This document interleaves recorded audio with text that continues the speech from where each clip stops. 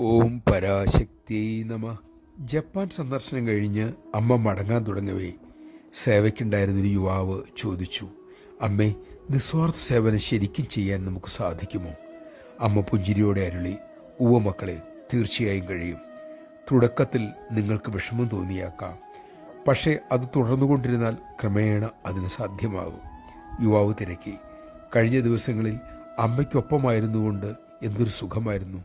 പക്ഷേ കുറേ ദിവസങ്ങൾ കഴിഞ്ഞാൽ ഞാൻ പഴയതുപോലെ ആകുമോ എന്ന് എനിക്ക് ഭയം തോന്നുന്നു.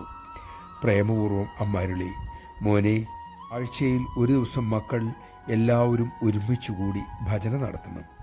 ഈശ്വര കാര്യങ്ങൾ ചർച്ച ചെയ്യണം. അപ്പോൾ ഈശ്വര സ്മരണ നിലനിർത്താനാകും, സന്തോഷവും ഉണ്ടാകും. നമഃശിവായ. നിരന്തരമായ ഈശ്വര സ്മരണ, അതാണ് ശാന്തിയുടെ രഹസ്യം. തിരുനാമജപം, ഭജന, സത്സംഗം, ഇതിലൂടെ നമുക്ക് നിലനിർത്താൻ സാധിക്കും.